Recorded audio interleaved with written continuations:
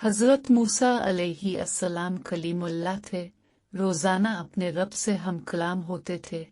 ایک دن حکم ہوا کہ موسیٰ جاؤ اور اپنے سے کمتر کو تلاش کر کے لے آؤ۔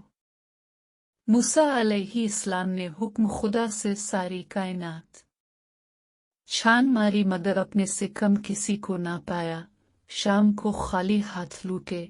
اللہ پاک نے فرمایا، اے موسیٰ، اگر آپ ایک بکری کے بچے کو ہی لے آتے تو ہم آپ کو خود سے محروم کر دیتے۔